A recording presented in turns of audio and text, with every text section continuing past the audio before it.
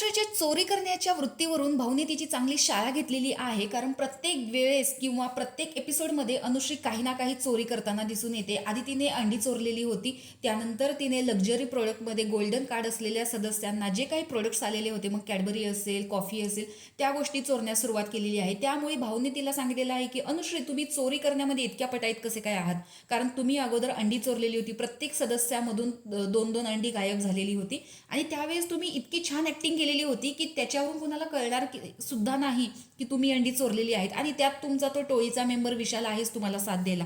दुसरी गोष्ट म्हणजे तुम्ही 4 सेवक होता आणि 4ही सेवकाला कामं करायची होती, पण तुम्ही सोनाली यांच्या सांगण्यावरून एका जागेले बसलेले तुम्ही हल्ला देखील नाहीत. रोशन भजनकर त्याची तब्येत बरी नव्हती, ऍटलिस्ट तुमच्या टोळीचा मेंबर आहे म्हणून तरी त्याच्यावरती दया दाखवून तुम्ही ती भांडी घासायला हवी होती.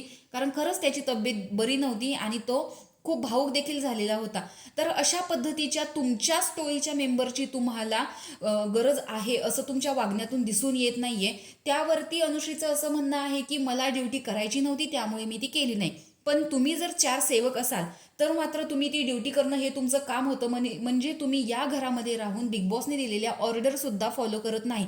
जे की बिग बॉसने सांगितलेलं होतं, गोल्डन रेशन कार्ड असलेल्या सदस्यांना जे काही लक्झरी प्रोडक्ट्स आहेत ते कुणालाही द्यायचे नाहीत. तर त्यावर तुमचं म्हणणं असं होतं की ते देऊ शकत नाहीत पण मी घेऊ शकते असं म्हणून तुम्ही चोरी करत होतात. आणि त्यात तुम्हाला सामील म्हणजे सोनाली, जी की बाथरूममध्ये जाऊन कॅडबरी खात होती. ह्या गोष्टी कितपत बऱ्या आहेत? म्हणजे तुम्ही प्रत्येक वेळेस बिग बॉसच्या घरातले रूल मोडत आहात. नॉमिनेशनच्या टास्कमध्ये सुद्धा दिव्यासोबत तुमचं एकमत झालं नाही किंवा दिव्याचं तुमच्यासोबत एकमत झालं नाही. जर तुम्हाला गोल्डन रेशन कार्ड हवंच होतं तर तुम्ही तिच्या मताने किंवा तिचं जे मत आहे त्याच्याप्रमाणे तुमचं मत सांगून, जर गोल्डन रेशन कार्ड तुम्हाला घेण्याची एवढीच हौस आहे तर घ्यायचं होतं. तर अशा पद्धतीने बिग बॉसमध्ये आत्ता भाऊच्या धक्क्यावरती अनुश्रीची चांगली शाळा घेतलेली आहे. कारण प्रत्येक दिवशी अनुश्री काही ना काही चोरताना दिसते.